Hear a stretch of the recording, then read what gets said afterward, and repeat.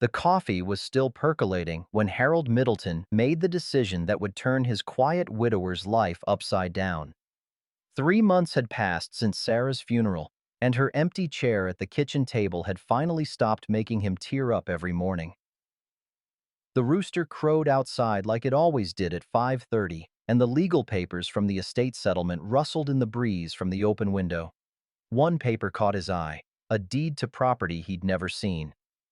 42 years of marriage, and Sarah had always gotten that peculiar look whenever he mentioned visiting the old Hartley farm she'd inherited from her aunt. "Just not worth the trouble, Harold," she'd always said, changing the subject quick as lightning. But Sarah was gone now, and Harold figured it was time to see what his wife had been so particular about keeping to herself. He finished his coffee, grabbed his keys, and drove the dusty 2 miles to the property line. That's when he saw the fresh tire tracks in the dirt, and the flowers, and the children's drawings tacked to the inside of the old barn. That's also when the black sedan pulled up and the man in the expensive suit stepped out like he owned the place. "Mr. Middleton," the stranger said, "you're trespassing." But that was only the beginning. Harold's hands tightened on the steering wheel as the stranger approached. The man moved with the kind of confidence that came from never being told no. Expensive shoes crunching on gravel that hadn't seen a car in months. Briefcase swinging like he was headed to a business meeting instead of an abandoned farm. "I'm sorry, but there's been some mistake," Harold said, climbing out of his old pickup. The morning air smelled of dust and wild honeysuckle, same as it had when he was a boy. "This is my wife's property, was my wife's property." The man smiled, the kind of smile that didn't reach his eyes. "James Mitchell, attorney for the Calloway family." He handed Harold a business card that felt heavier than it should. "I'm afraid you're mistaken, Mr. Middleton. This land has belonged to the Calloways for over 40 years. Harold stared at the card, then at the man's face. "That's impossible. I've got the deed right here." "A fraudulent document, I'm afraid." Mitchell opened his briefcase with a sharp click that echoed off the barn walls. "The Calloways have been aware of certain activities taking place on their property without permission. We've been hoping to resolve this matter quietly." The word activities hung in the air like smoke. Harold felt his face flush. "What kind of activities? What are you talking about?" Mitchell's smile widened. "Come now, Mr. Middleton. Your wife spent considerable time here over the years. Surely you knew what she was doing." But Harold didn't know. That was the problem. 42 years of marriage, and he was standing here like a fool, discovering his wife had secrets she'd carried to her grave. "I think you better leave," Harold said, his voice shakier than he wanted it to be. "Of course." Mitchell snapped the briefcase shut. "But I'll be in touch. The Calloways are reasonable people. They understand that sometimes elderly folks get confused about property ownership. They're prepared to be generous in resolving this misunderstanding."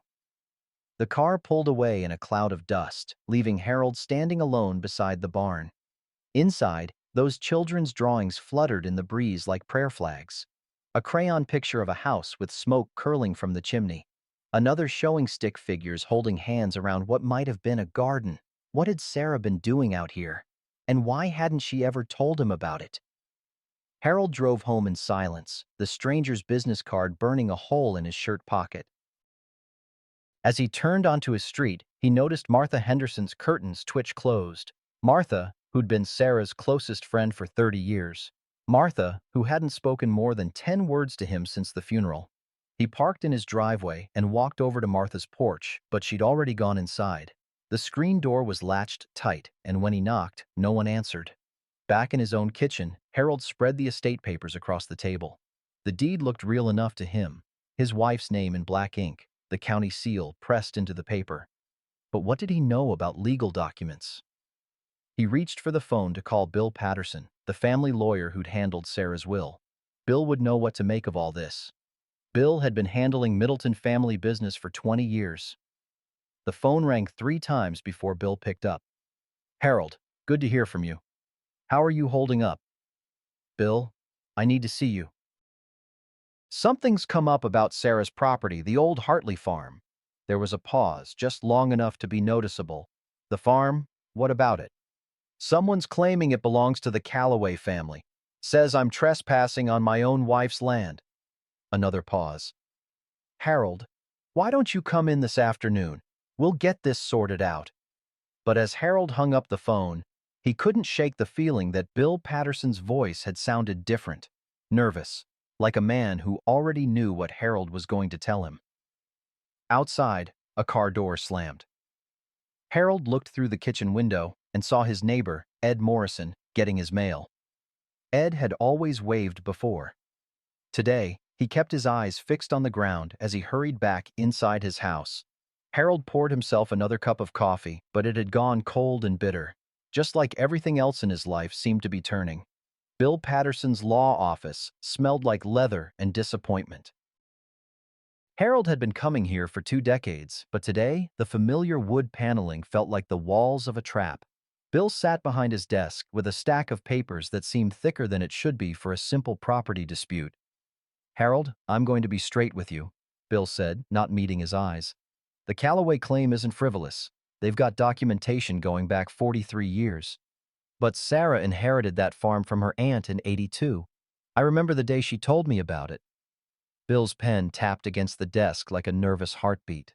Sometimes these old family properties, the paperwork gets complicated, boundaries change, people remember things differently. Are you saying my wife lied to me? I'm saying maybe she was mistaken. Bill pulled out a folder and spread documents across the desk. Look, the important thing is the Calloways are willing to settle.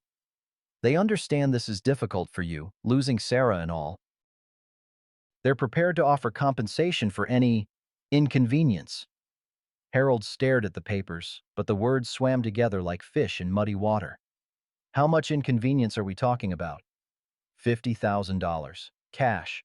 All you have to do is sign a statement acknowledging their rightful ownership and agreeing not to trespass on the property again. 50,000 was more money than Harold had seen in one place his entire life. But something about the way Bill wouldn't look at him made his stomach turn. I need time to think about this. Harold, I wouldn't wait too long. These kinds of offers, they don't stay on the table forever. Harold was folding the papers into his jacket pocket when the office door opened. His younger brother Tom walked in like he owned the place, which was peculiar since Tom hadn't set foot in this town for 15 years. Well, I'll be damned, Harold said. Tom?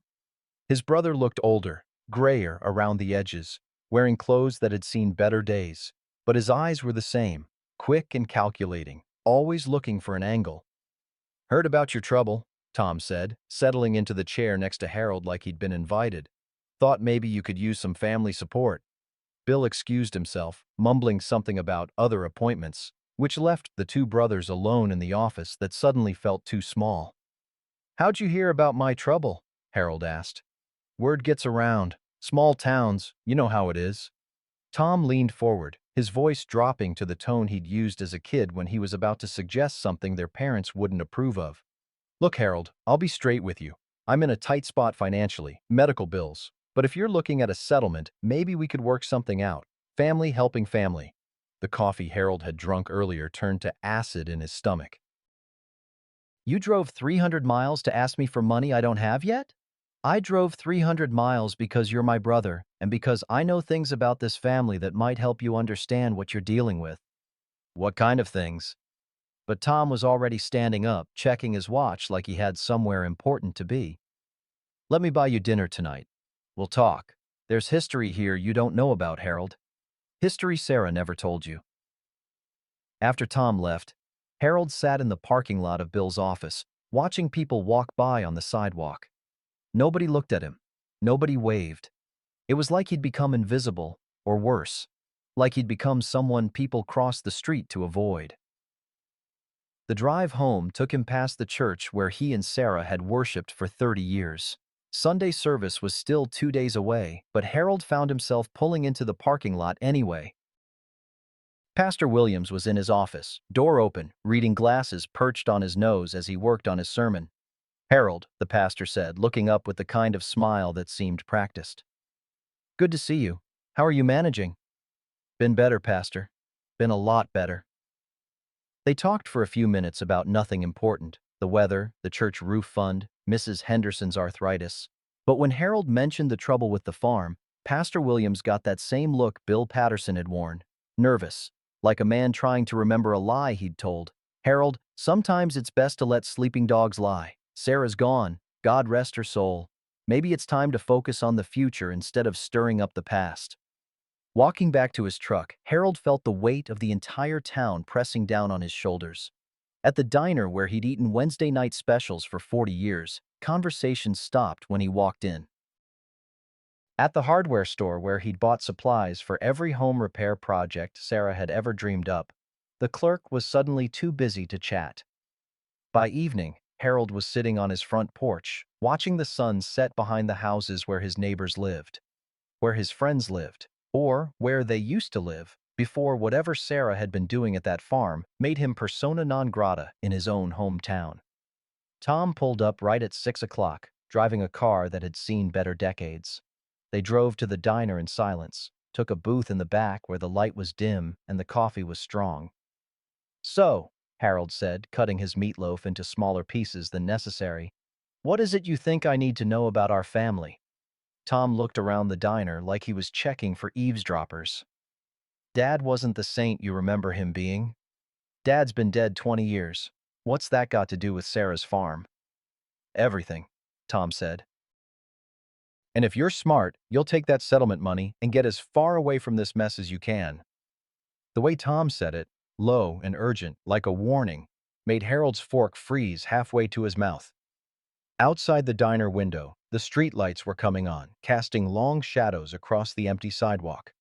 For the first time since Sarah's funeral, Harold felt truly alone. Harold was pouring his morning coffee when he heard the soft knock at his kitchen door.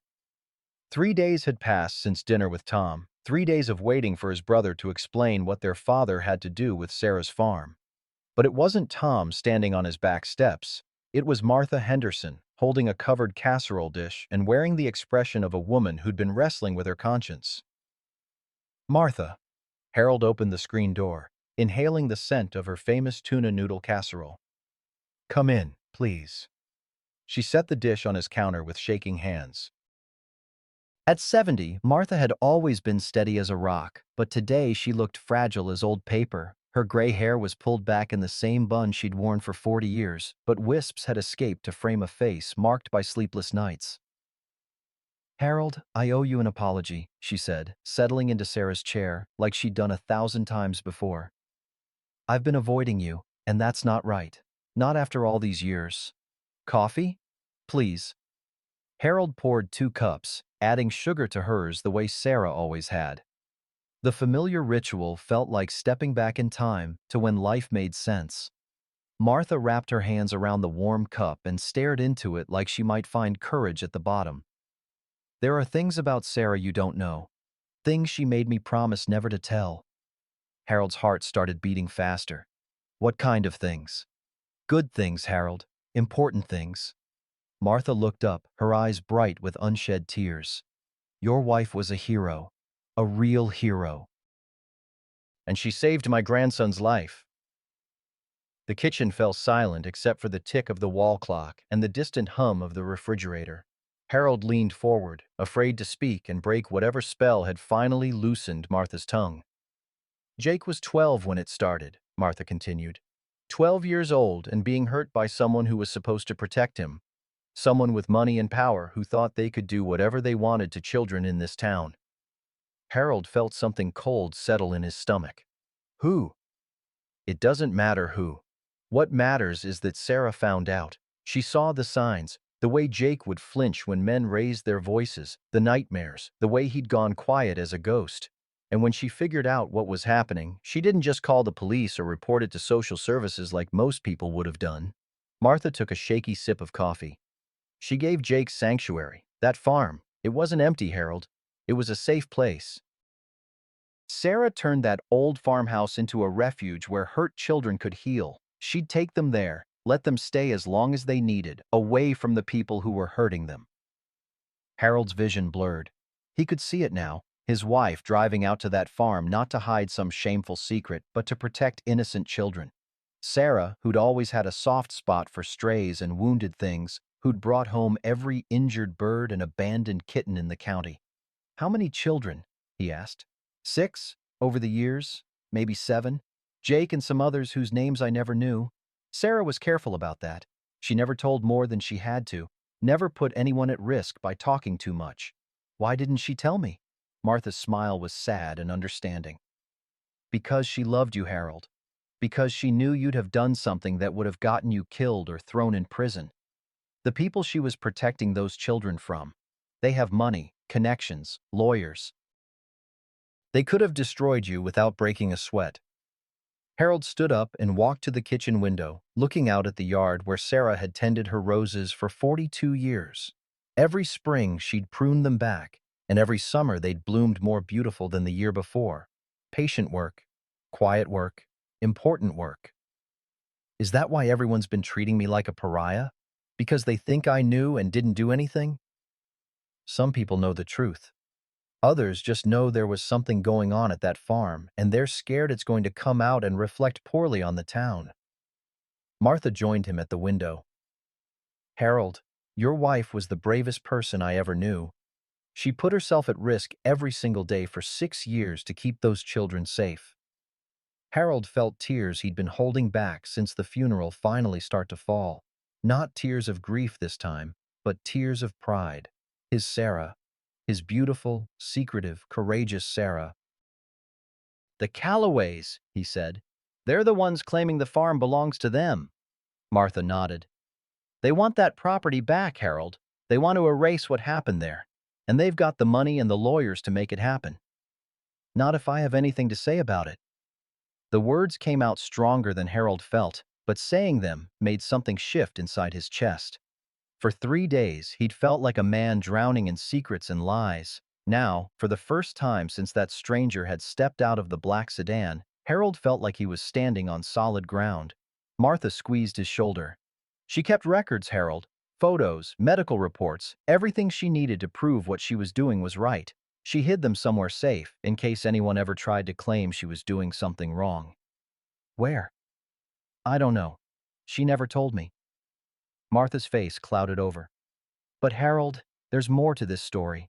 Things I promised Sarah I'd never tell, not even if she died.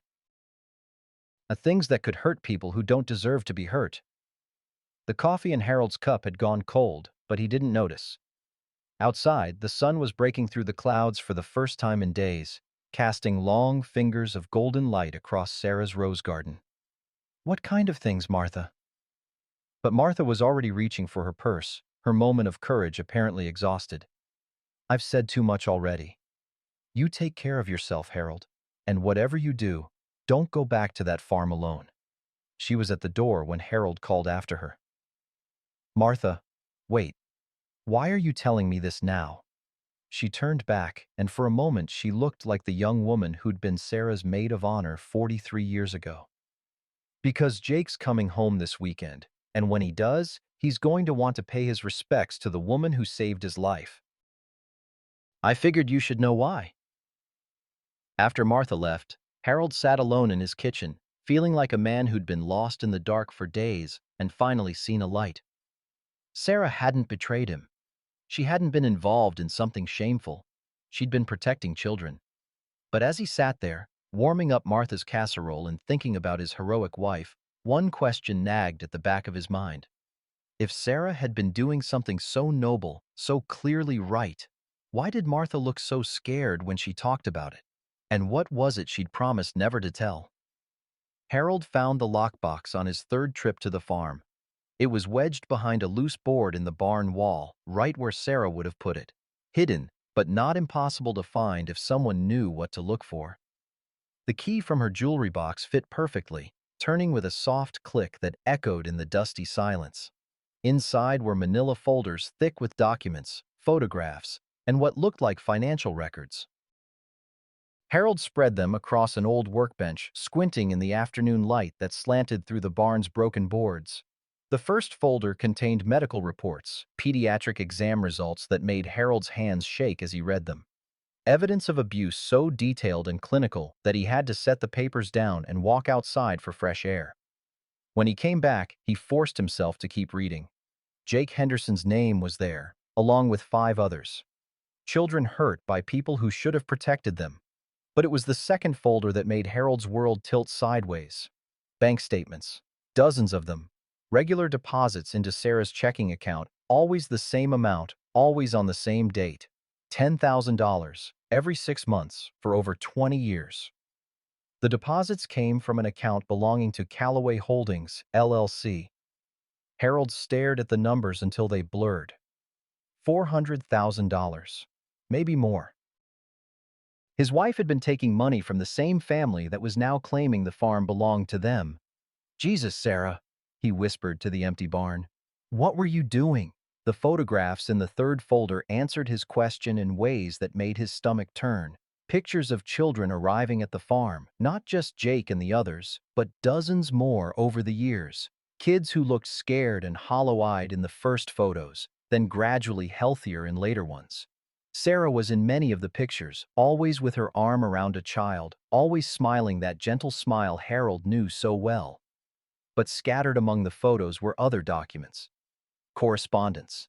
Letters typed on expensive letterhead and signed with names Harold recognized, prominent families, including the Callaways. Letters that used careful, legal language but boiled down to the same message: "We'll pay you to keep quiet about what you know." Harold's hands were shaking as he opened the last folder. Inside was a single sheet of paper, a letter in Sarah's handwriting, dated just 2 months before her death. "If you're reading this, Harold, it means something has happened to me and you found my insurance policy. I know this will be hard to understand, but everything I did was to protect those children and to protect you. The Callaways weren't the only ones involved. There were others, men with families, reputations, businesses they couldn't afford to lose. When I found out what was happening, I had 2 choices: go to the police and watch these powerful people destroy the evidence and silence the victims, or find another way. I chose blackmail. I took their money and used it to help the children they'd hurt. Every dollar went to therapy, medical care, safe places to heal. I turned their guilt into something good, but I also took their money to buy their silence and to keep you safe. Because if you had known, Harold, you would have tried to stop them yourself. And they would have destroyed you the way they destroyed anyone who got in their way. I'm not proud of what I did, but I'd do it again to save those children and to save you." Harold read the letter 3 times before the words really sank in. Sarah hadn't been running a sanctuary. She'd been running a blackmail operation, taking money from child abusers and using their guilt to protect their victims. The sound of gravel crunching outside made Harold look up. Tom's old car was pulling into the farmyard, dust swirling around its tires. Harold quickly stuffed the documents back into the folders, but left Sarah's letter on the workbench. "Found something interesting?" Tom asked as he walked into the barn. He looked older in the dim light, more worn down than Harold had noticed before. "You could say that." Harold held up the letter. "Did you know about this?" Tom read it in silence, his face growing pale. When he finished, he sat down hard on an old hay bale and rubbed his face with both hands. "I hoped you'd never find that," Tom said. "You knew?" "I knew some of it. Not the details, but I knew Sarah was involved with certain people in ways that weren't exactly legal." Tom looked up and Harold saw guilt written all over his brother's face. "Harold, there's something else you need to know. About Dad. About why I really left town all those years ago." The barn felt suddenly too small, too full of secrets that Harold wasn't sure he wanted to hear. But he sat down across from his brother and waited. "Dad was one of them," Tom said quietly. "One of the men Sarah was taking money from. He had a thing for young boys, Harold. Specifically, young boys who worked on his construction crews during summer jobs." The words hit Harold like a physical blow. He stood up so fast the workbench shook, sending Sarah's letter fluttering to the ground. "That's a lie." "I wish it was." "But I saw it, Harold. I was 17, and I walked in on something I was never supposed to see. Dad and one of the kids who worked for him, a kid barely older than me." Harold's vision blurred. His father had been a pillar of the community, a deacon in the church, a man everyone respected. The idea that he'd been... "I confronted him," Tom continued. "Told him I was going to the police. That's when he told me how many important people in this town had the same problem he did. how they looked out for each other, how a young man making accusations could find himself in a lot of trouble if he wasn't careful. So you left. So I ran like a coward, left you here with a man I knew was a monster, and never looked back. Tom's voice broke. When Sarah started her operation, Dad was one of her first clients. She had photos, Harold, evidence. She could have destroyed him, but instead she took his money and used it to help other kids. Harold felt like he was drowning. His father, a child abuser, his wife, a blackmailer, his brother, a coward who'd abandoned him to protect himself. Everything he thought he knew about his family, his life, his marriage, all of it was built on lies. The settlement offer, Harold said, his voice sounding strange to his own ears. $50,000. That's not because they want to avoid publicity. It's because they're afraid of what else might be hidden out here. Tom nodded. Take the money, Harold. Sign their papers. Get out of this mess before it destroys what's left of your life. Harold picked up Sarah's letter and read it again. I turned their guilt into something good. But looking at his brother's frightened face, at the evidence of decades of corruption and abuse and cover-ups, Harold wondered if there was anything good left to salvage from this mess. Or if he was just another old fool who'd been living in a fantasy while the people he trusted most were playing games he never even knew existed. And outside, the sun was setting behind the trees, casting long shadows across the farmyard. In a few hours, it would be dark, and Harold would have to drive home to his empty house and figure out how to live with everything he'd learned. But first, he had to decide whether to honor his wife's memory or expose her secrets. Whether to take the money and disappear, or stay and fight for something he wasn't even sure he understood anymore. The weight of Sarah's letter in his hands felt heavier than all the lies he'd been carrying without knowing it. Harold sat at his kitchen table until 3 in the morning, the settlement papers spread out before him like a map to somewhere he'd never wanted to go.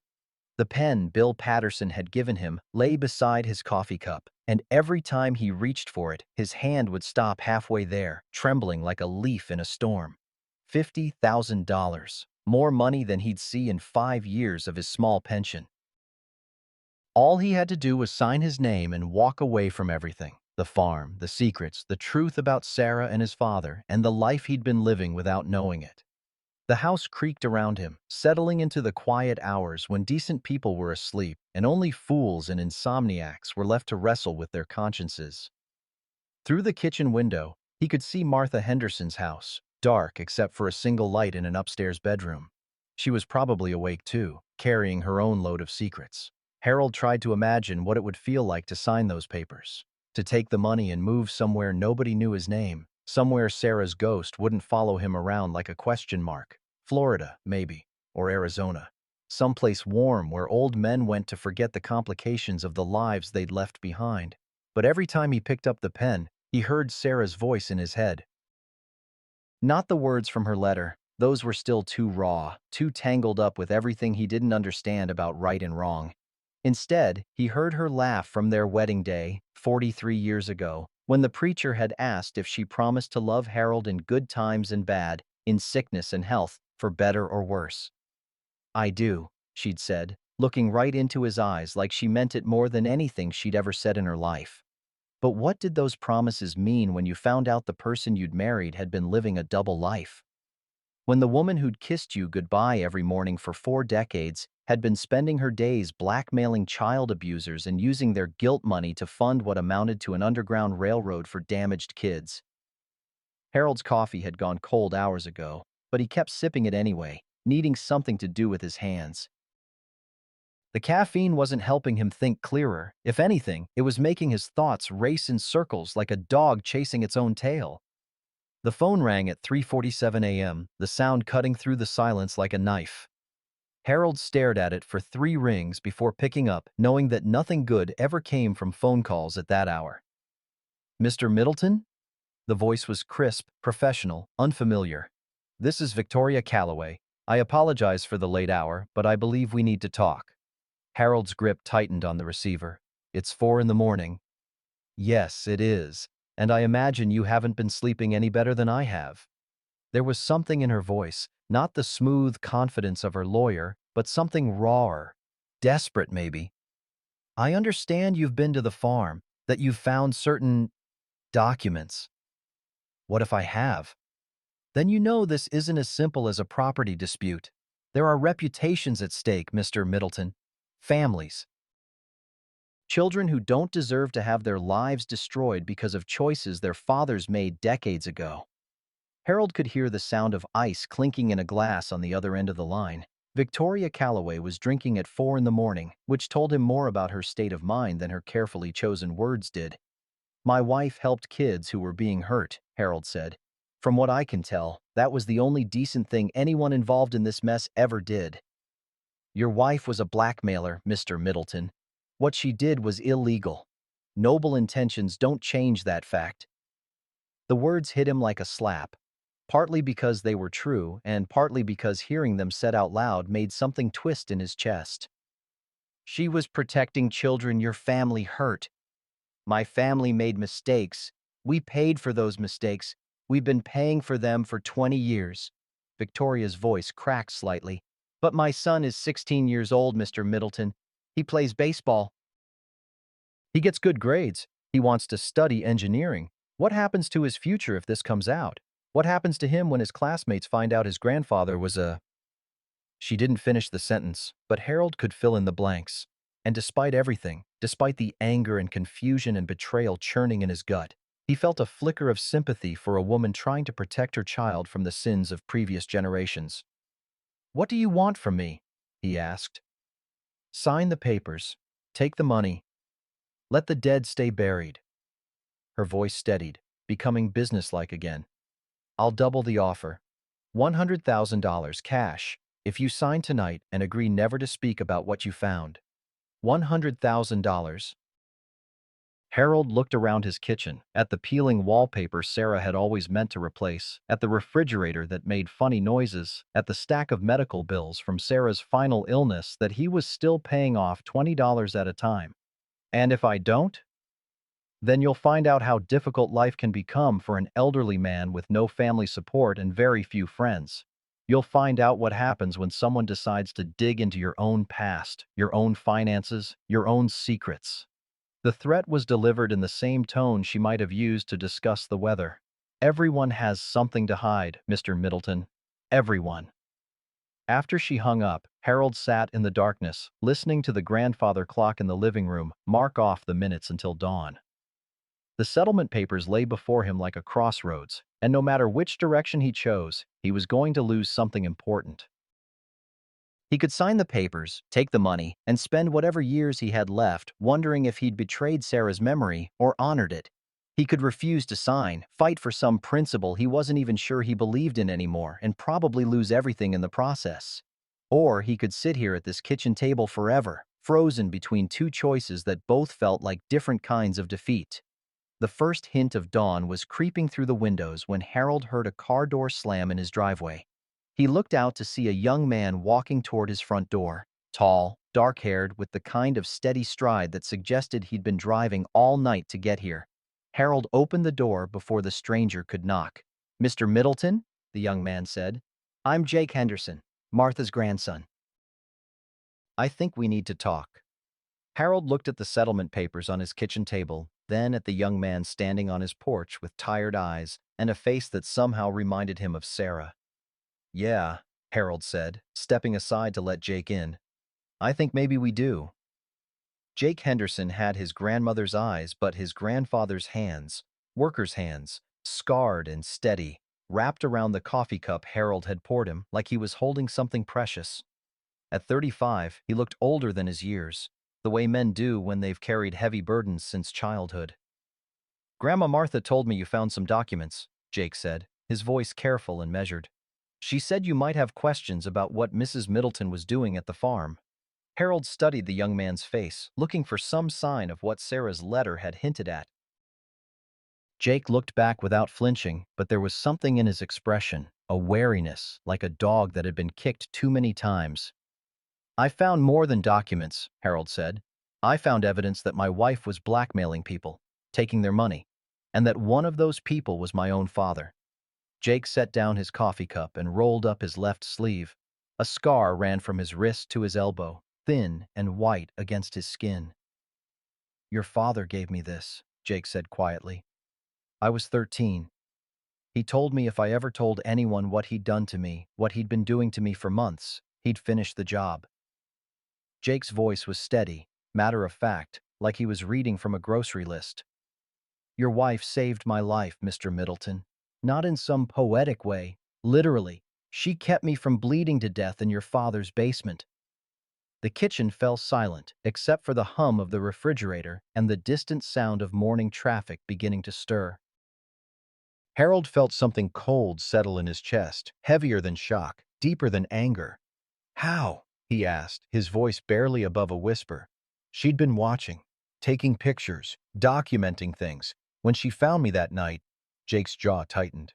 She didn't call 911. She didn't call the police. She loaded me in her car and drove me to a doctor she knew would ask the right kinds of questions and keep his mouth shut. Dr. Chen. Dr. Chen. Jake nodded. 37 stitches. Your wife sat beside that examination table the whole time, holding my hand while he sewed me back together. And when it was over, she looked me right in the eyes and said, "This is never going to happen to you again, I promise." Harold closed his eyes, trying to reconcile this image with the woman who'd kissed him goodbye every morning, who'd worried about getting the laundry hung before it rained. She took me to the farm that night, Jake continued. Fed me, gave me clean clothes, let me sleep in a real bed for the first time in months. But more than that, she listened. She believed me. She didn't ask what I'd done wrong, didn't suggest maybe I'd misunderstood what was happening. She just believed me. For how long? 3 months that first time. Until she'd gathered enough evidence to make sure your father would never come near me again. Jake's smile was grim. She didn't just take pictures of what he'd done to me. She had a whole network, other women, other people who knew what was happening in this town and had decided to do something about it. Harold thought about Martha's frightened face, about Pastor Williams's nervous deflection, about the way his neighbors had been avoiding him. How many people knew? More than you'd think. Fewer than there should have been. Jake picked up his coffee again, his hands still steady despite the memories he was sharing.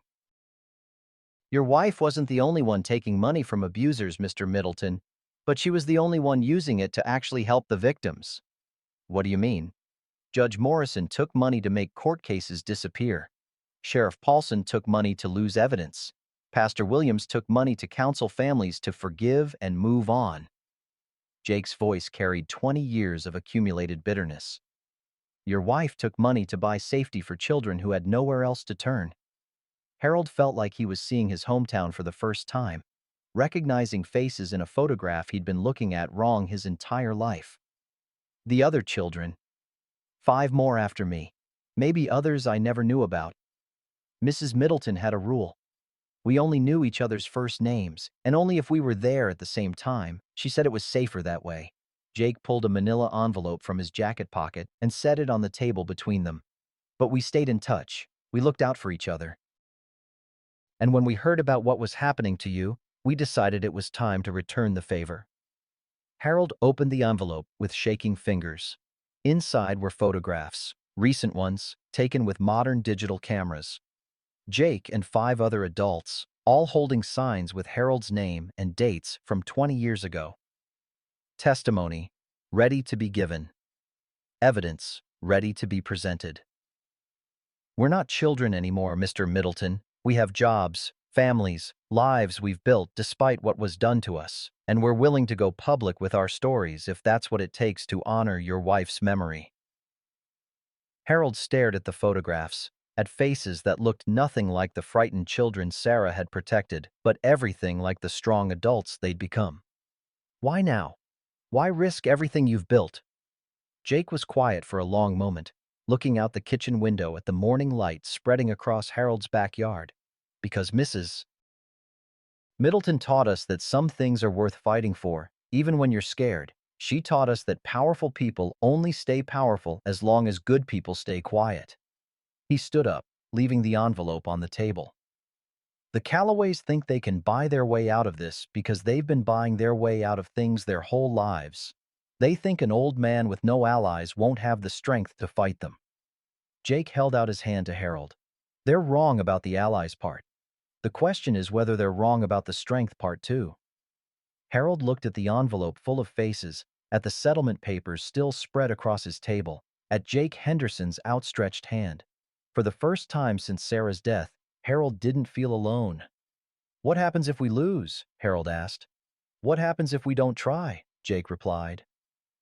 Harold shook the young man's hand, feeling calluses against calluses, strength against strength. Outside, the sun was fully up now, burning away the last of the morning shadows and illuminating a world that looked exactly the same as it had the day before, but felt completely different. "All right," Harold said. "Tell me what we need to do." The first survivor arrived that afternoon, a woman named Lisa who drove down from Columbus in a Honda with a child safety seat in the back. She sat in Harold's living room with her hands folded in her lap, looking like any suburban mother you might see at a PTA meeting, except for the way her eyes never quite stopped moving, always checking the exits. "I was 14 when it started," she said, her voice steady but quiet. "Your wife found me sleeping in the high school parking lot in December. I'd rather freeze to death than go home to my stepfather." Lisa's smile was sad but genuine. "Mrs. Middleton didn't ask a lot of questions. She just wrapped me in a blanket and drove me to that farm." By evening, 4 more had arrived.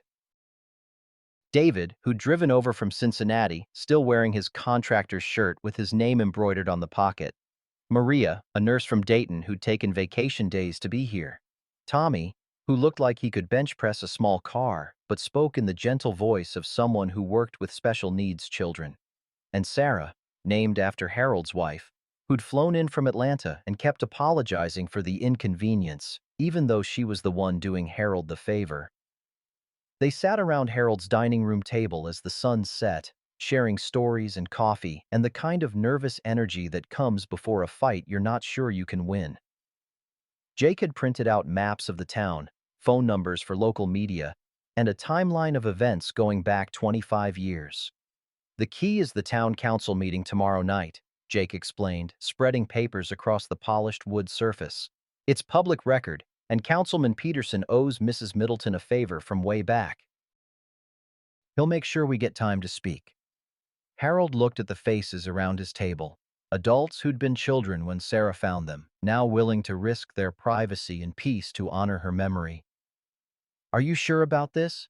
Once you tell your stories publicly, there's no taking it back." Lisa nodded first.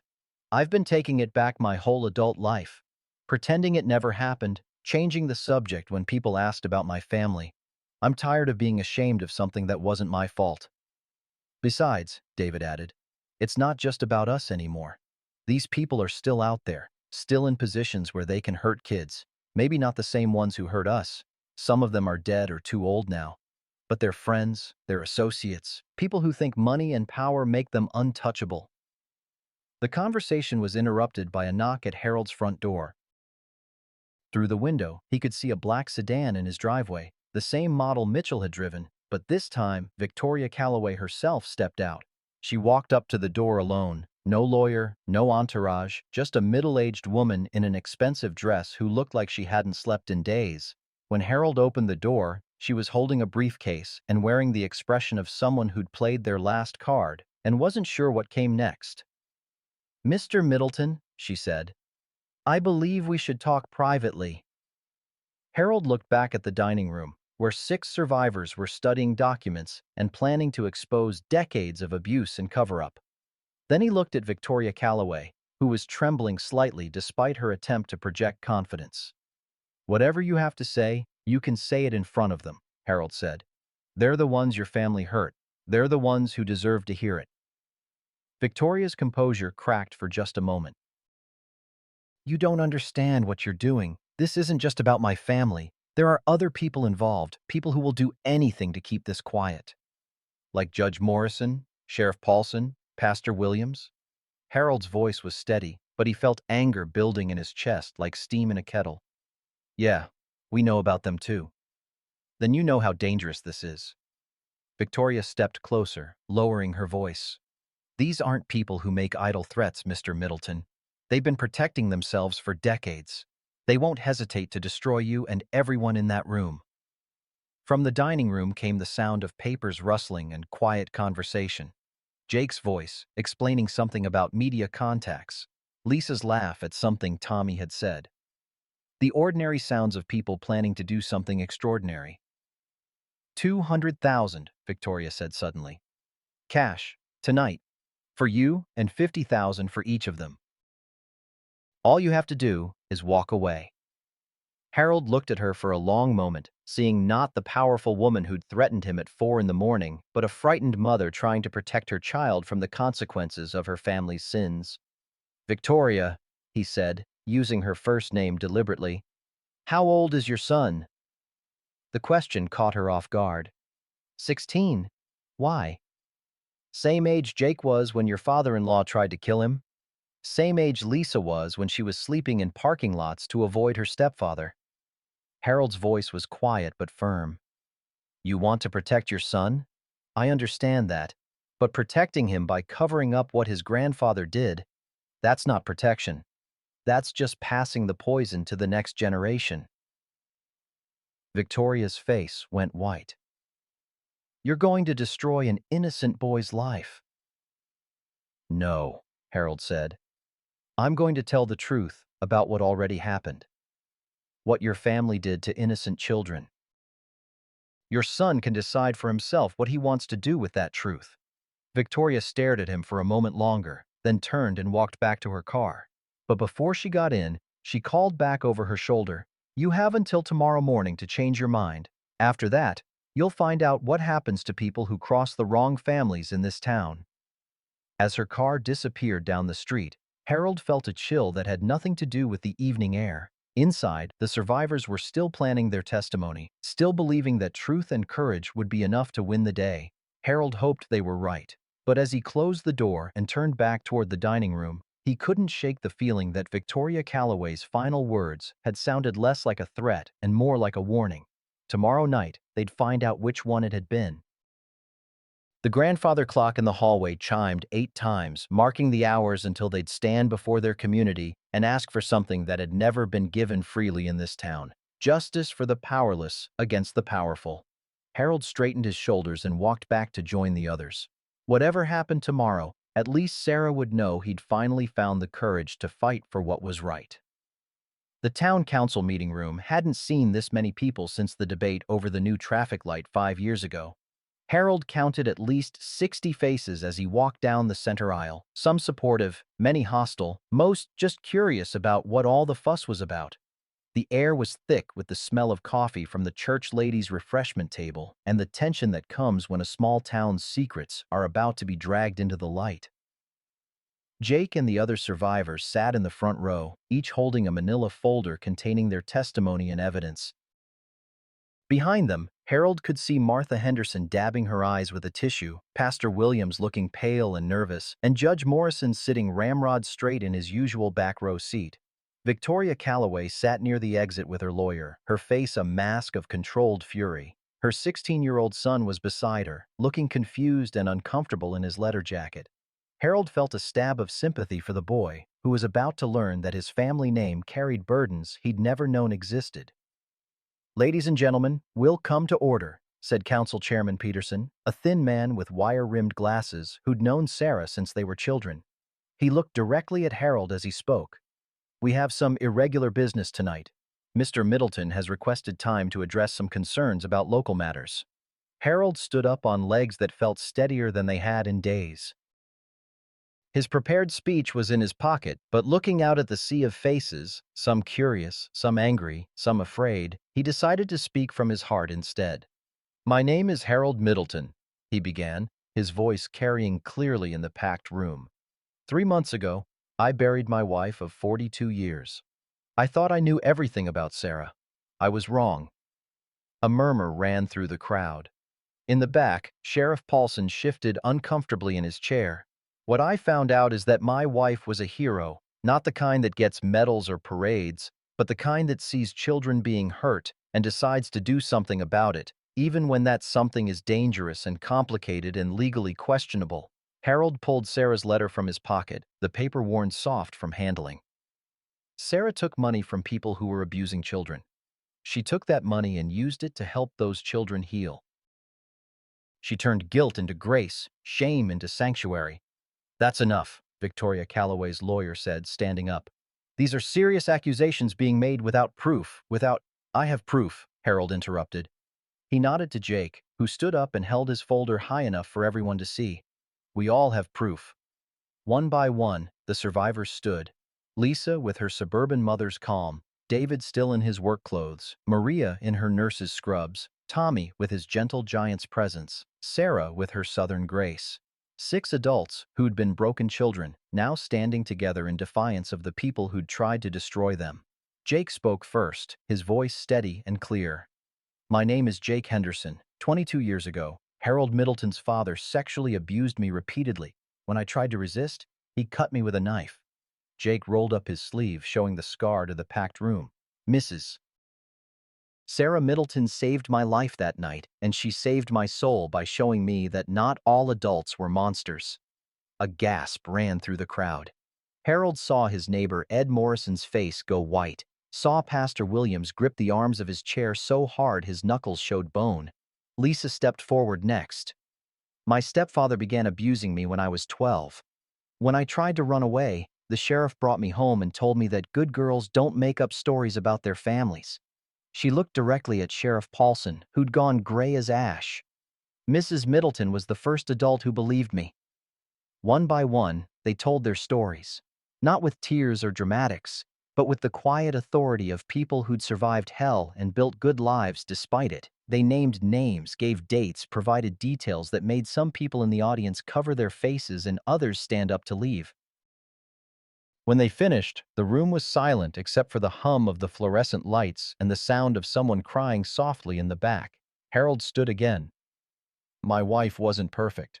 What she did, taking money, operating outside the law, maybe that was wrong.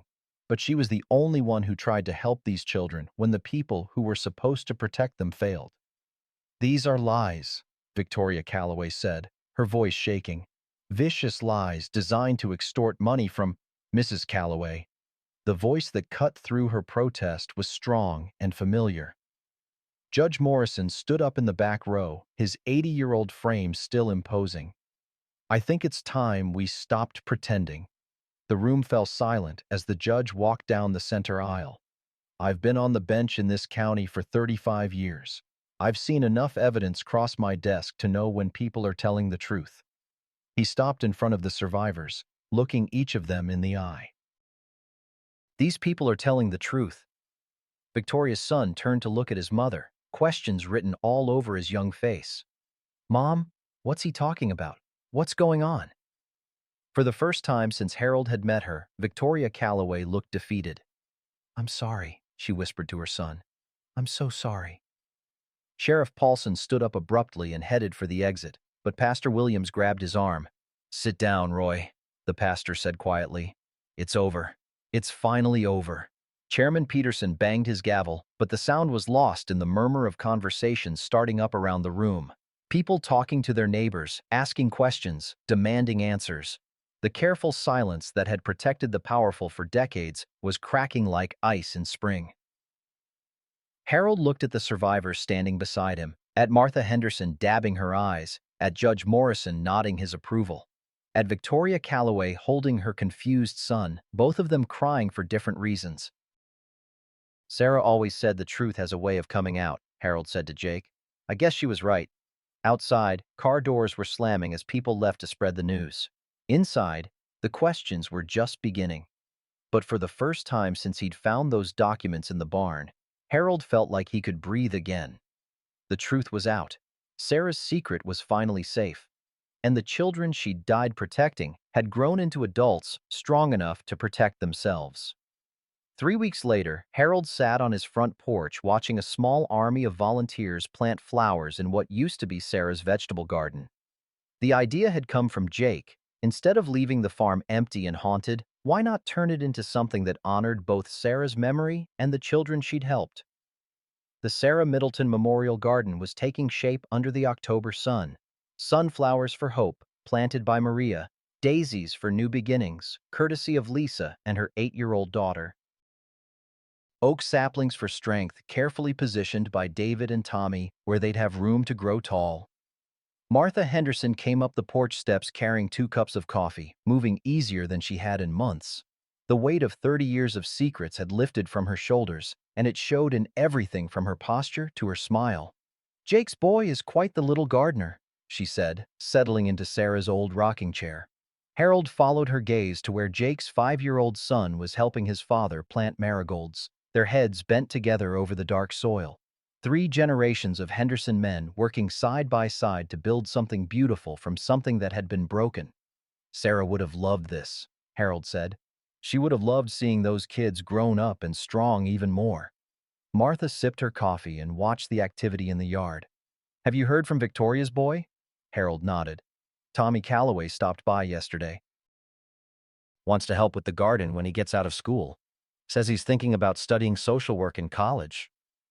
It had been the biggest surprise of the whole mess. Victoria's 16-year-old son had taken the revelations about his family's past not with shame, but with determination to do better. He'd stood up at the following week's town council meeting and publicly apologized for his grandfather's actions, promising to spend his life making amends. Victoria herself had left town 3 days after the meeting, taking a job with a nonprofit in Cincinnati that worked with abuse survivors. Her parting words to Harold had been simple. "Thank you for giving my son a chance to choose who he wants to be." The legal consequences were still working their way through the system. Sheriff Paulson had resigned and was facing criminal charges. Judge Morrison had retired but was cooperating with the state investigation. Pastor Williams had stepped down from his pulpit but was working with a victims advocacy group, using his experience with guilt and forgiveness to help other survivors heal. Bill Patterson had lost his law license and most of his friends, but he'd also lost the weight of carrying secrets that had been eating him alive for 20 years. Harold had even forgiven him, eventually. It was what Sarah would have wanted. The phone rang inside the house, and Harold heard Tom answer it. His brother had surprised him by staying in town after everything came out, taking a job at the hardware store and slowly rebuilding relationships he'd abandoned decades ago. It wasn't easy. There were still people who blamed him for running away when he could have helped sooner. But Tom was facing those conversations one at a time, making amends where he could. Tom appeared in the doorway. That was a reporter from the state paper. "They want to do a follow-up story about the garden." "Tell them to talk to Jake," Harold said. This was his idea. But as he watched the volunteers working in his yard, survivors and their families, neighbors who'd found their courage, young people who wanted to be part of building something better, Harold felt something he hadn't experienced since Sarah's death. Peace. Not the empty quiet of grief, but the deep satisfaction of work well done and promises kept. He pulled Sarah's final letter from his shirt pocket, the paper nearly transparent from handling. He'd read it so many times he had it memorized, but there was one line that still caught him every time. "I turned their guilt into something good." She had.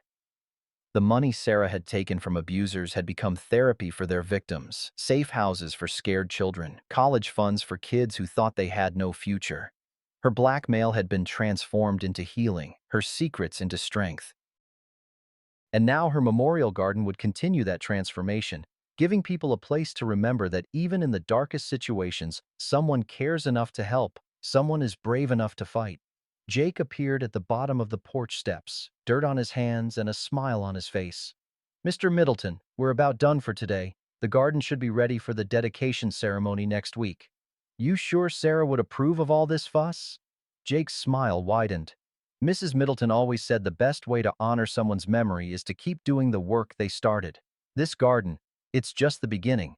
We're setting up a foundation, a scholarship fund, resources for other survivors who want to tell their stories."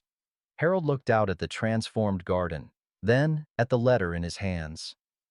Sarah's work wasn't finished when she died. It had just been passed to the next generation of people brave enough to care for the wounded and stand up to the powerful. "She'd be proud of you," Harold told Jake. "All of you." "She'd be proud of you too," Jake replied. "You could have taken that settlement money and disappeared. Instead, you chose to fight for people you didn't even know." As the volunteers packed up their tools and loaded into cars, calling out promises to return next weekend, Harold remained on the porch with Martha. The sun was setting behind the oak trees, casting long shadows across the garden where children's laughter would soon echo again. "Any regrets?" Martha asked. Harold folded Sarah's letter and put it back in his pocket. "Just one. I wish I'd been brave enough to help her while she was alive." "You're helping her now," Martha said. "That's what matters."